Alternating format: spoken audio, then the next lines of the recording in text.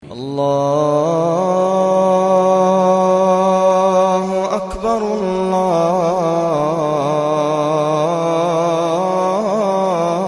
الله أكبر.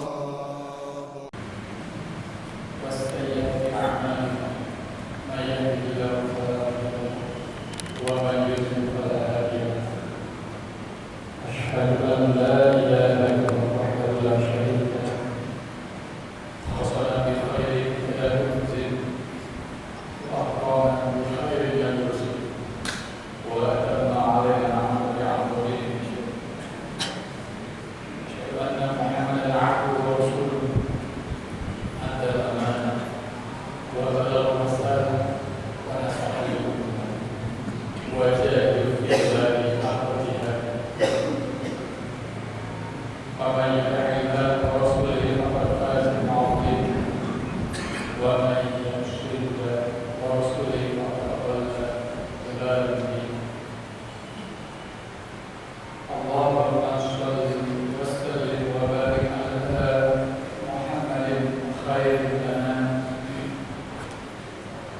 وعلى آله وأصحابه وتابعيه إلى الدوام برحمتك يا أرحم الراحمين. أما بعد فيا عباد الله، أوصيكم وإياي بالتقوى فقد فاز المتقون. قال الله تعالى في كتابه الكريم: أعوذ بالله من الشيطان الرجيم. إن الذين آمنوا والذين هاجروا وجاهدوا في سبيل الله أولئك يرجون رحمة الله والله غفور رحيم. صدق الله العظيم ورسوله الكريم. إخواتي في الله رحمكم الله. Allah Azza wa Jalla bisa saja melakukan apapun yang dikehendaki, termasuk ketika Rasulullah Shallallahu Alaihi Wasallam akan berhijrah. Allah Azza wa Jalla bisa langsung menempatkan Rasulullah langsung ada di Madinah tanpa harus melewati perjalanan panjang dari Mekah ke Madinah.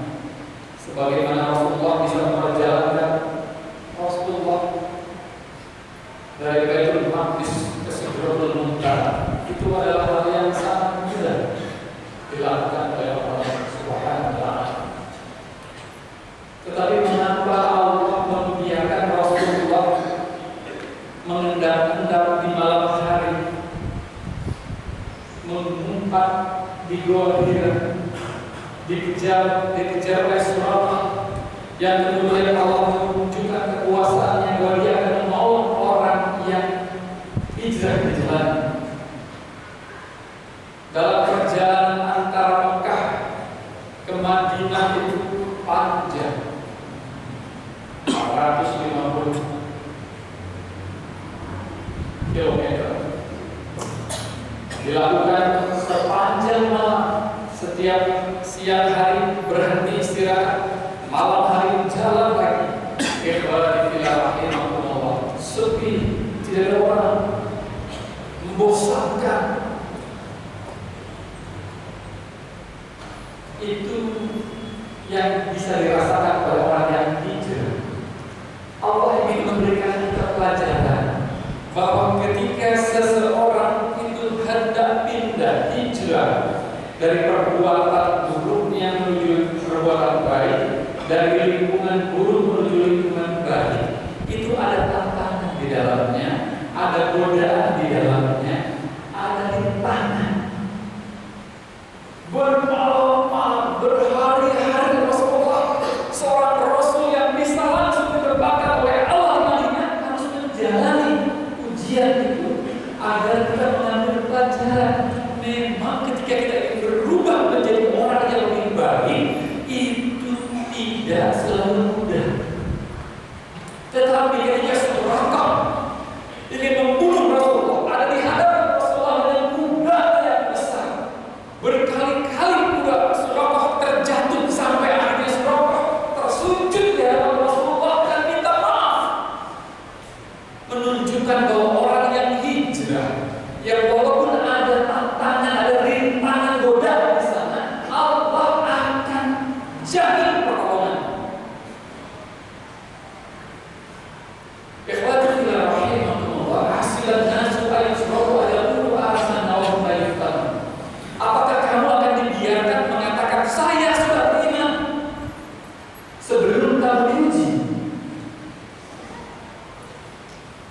Jadi kita berharap masuk surga, kita berharap nanti mati dalam keadaan husnul khotimah, kita berharap di dunia ini Allah memberkahi kehidupan kita, ridho pada kita sebelum kita atau sama sekali kita tidak mendapatkan ujian. Itu bukan makna kehidupan. Tidak membuat kita dewasa, tidak bisa membuat orang kita berkembang ketika kita ujian dalam hidup ini. Ikhwan fillah rahimahullah. Barangkali ada banyak yang harus kita rubah dalam hidup ini sebagai pribadi, dalam hidup ini sebagai bagian dari masyarakat, bagian dari komunitas kantor, kerjaan, atau bagian dari bangsa. Dan tentu saja itu semua tidak mudah. Tetapi kalau kita ingin dianggap sebagai orang beriman, hidup diberkahi dari Allah, mati husnul khatimah, diampuni dosa dan masuk surga, tentu saja kita harus menjalani ujian. Hijrah itu paling tidak dibagi dua. Ada hijrah batinnya. Hijrah batin yaitu pindahnya pikiran yang tadinya salah jadi benar, yang tadinya jauh dari Allah jadi dekat, yang tadinya tidak menjalankan sunnah menjadi menjalankan. Ada juga hijrah perpindahan fisik yang dilakukan oleh Rasulullah SAW. Hijrah batin dan juga hijrah fisik ditayangkan oleh Allah melalui salah satu peristiwa Umar bin Khattab, orang yang sangat tegar dengan kekafiran, tetapi kemudian menjadi orang yang sangat tegar dengan keimanan dan bahkan berubah 180 derajat. Bisa kita lihat kita ini hari ini umat Islam terkesan seperti orang yang senang sekali lagi senang sekali kalau bisa menentang, melanggar Allah Subhanahu wa Ta'ala. Senang kelihatan. Apa bukti? Dari mulai kita masih kecil sampai kita dewasa hari ini, berapa kali kita pernah mendengar bahwa makan tangan kanan itu adalah perintah Allah oleh Rasulnya, dan makan tangan kiri itu larangan karena itu perbuatan syaitan. Dan mengapa sampai sedewasa ini sebagian kita masih saja makan pakai tangan kiri, minum tangan kiri, seolah-olah kita mengatakan nggak apa-apa perintah Allah dan Rasulnya dilanggar, nggak masalah, gue nggak juga jadi rusak gara-gara itu. Kayaknya senang benar melanggar perintah.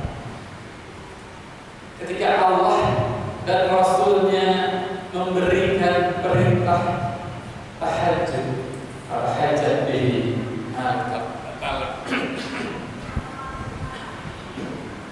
susahnya luar biasa, tetapi untuk mendapatkan uang, untuk mendapatkan jabatan, untuk mendapatkan wanita, untuk mendapatkan kesenangan, kita rela melakukan banyak hal, kita rela bahkan berjam-jam duduk di kantor, kita rela berlelah-lelah, kita rela untuk berkeringat, berdarah, bahkan kita rela melanggar perintah Allah Subhanahu wa Ta'ala.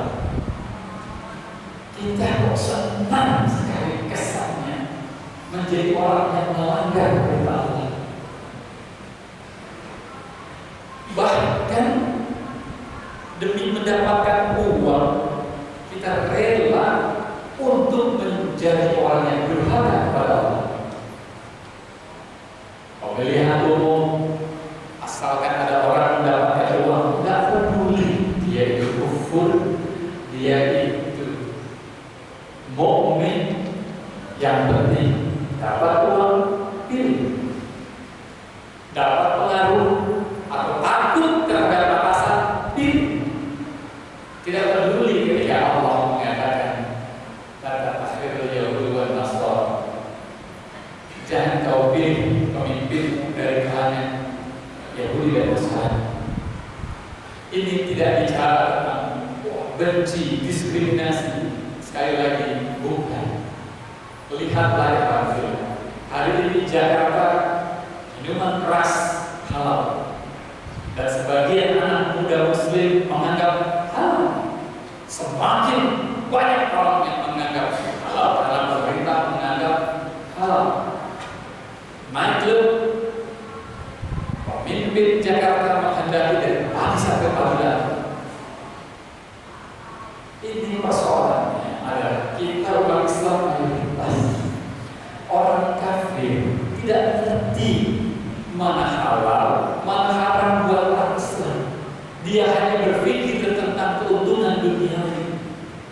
Jadi harus ada orang Islam yang memimpin yang ngerti mana halal, mana haram, sehingga kita umat Islam menjadi umat yang selamat. Kalau kita berada di lingkungan kafir, kita harus bersabar. Tetapi sungguh sangat tidak masuk akal kalau kita mayoritas. Tetapi untuk yang halal saja kita tidak sanggup mempertahankan, untuk yang haram kita tidak sanggup melarang, mencegah, bahkan masuk restoran kita tidak tahu ini restoran halal atau haram, karena tidak menjadi kewajiban mendapat sertifikasi halal dan haram. Herannya di Singapura, negeri sekuler, halal haram jelas. Pakai pakaian muslim masuk ke restoran yang haram akan dikasih tahu ini bukan restoran rumah makan halal, yang halal di sana. Tetapi mengapa di negeri yang mayoritas muslim sungguh susah kita mendapatkan makanan halal? Susah relatif, tanda kutip. Ada sebagian tentu saja restoran, sebagian kecil restoran rumah makan yang sudah mencantumkan halal. Nah, ikhwati fillah rahimakumullah. Sudahkah hari ini anak-anak kita, istri kita, diri kita terdidik dengan kebiasaan yang diajarkan oleh Allah dan Rasul? Lalu kalau kita mati dalam keadaan melakukan perbuatan kebiasaan orang jahiliyah, kira-kira pantas atau akankah malaikat mencabut dengan penuh kasih sayang? Wallahu a'lam bishawab. Nah, inilah ikhwati rahimahumullah yang membuat kita harus hijrah. Ada banyak tantangan dalam hijrah, iya. Sholat sunnah susah, lalu kemudian ketika kebiasaan ada banyak godaan, iya. Sedang khutbah, mendengarkan khutbah Jumat, ada orang di sebelah ngobrol, lalu kemudian ikut ngobrol, tidak tahan untuk mengucapkan kata-kata ikhlas fillah, walaupun itu ternyata bisa membuat sholat Jumat kita menjadi sia-sia. Kita lakukan juga. Inilah yang harus kita hijrah. Kita hijrah kebiasaan buruk menjadi kebiasaan baik. Kita hijrah dari mendengarkan khutbah dalam keadaan tertidur dengan hijrah menjadi mendengarkan penuh antusias berharap ridho Allah Subhanahu wa taala. Yang surfil al selesai dari sholat Jumat, Allah menugaskan kita bertebaran di muka bumi untuk menjadi khalifahnya, mewakili dirinya, menebarkan kebaikan tanpa anil fahsyul munkar dan mencegah keburukan. Apabila di akhir khutbah ini kami ingin mengingatkan para khatib dan kita semua. Yang pertama, kita semua pasti tahu bahwa kita akan mati. Tidak ada seorang pun di antara kita yang tidak tahu kita akan mati. Tetapi tidak ada seorang pun di antara kita yang tahu kapan kita mati dan dalam keadaan seperti apa kita mati. Hafal Quran 30 juz yang kita punya tidak menjamin kita mati dalam keadaan husnul khatimah. Kita tidak punya hafalan atau hafalan yang sedikit, lalu melihat orang melakukan dosa hari ini tidak menjadi jaminan mati dalam keadaan husnul khatimah. Tetapi ikhwati fillah rahimahumullah, yang menjamin bahwa kita akan husnul khatimah adalah taubat nasuha. Jadi kita lakukan sepanjang hidup kita termasuk hari ini. bersegera dalam taubatan nasuha wasari'u ila maghfiratin min rabbikum wa jannatin samawati wal ardh wa'idat lil muttaqin, agar saat kematian kelak menghampiri kita dalam keadaan kita taubat, dan semoga Allah dalam keadaan ridho dan kemudian utama di dalam keadaan husnul khatimah. Amin ya rabbal alamin. Yang kedua, ibadah bila rahimahullah. Tentu akan banyak sekali orang yang mencela perbuatan baik di tengah masyarakat yang mulai terbiasa dengan keburukan. Ibadah bila rahimahullah, anggaplah itu sebagai jalan dari Allah untuk memperbanyak kita punya pahala, kita punya nilai di matanya, sehingga kita menjadi orang yang kuat, istiqamah. Dan janji Allah, ketika orang istiqamah, maka Allah akan menitipkan malaikat ke dalam diri kita yang selalu mengatakan, la takhafu wa la tahzan wa abshiru bil jannati allati kuntum tu'adun, yang selalu menguatkan diri kita, yang selalu membuat kita tidak takut dengan apapun, tetapi harus dulu dibuktikan dengan istiqomah diri kita kepada Allah Azza wa Jalla. Semoga Allah Subhanahu wa taala berikan kesempatan menjadi orang yang beriman dan bertobat, menjadi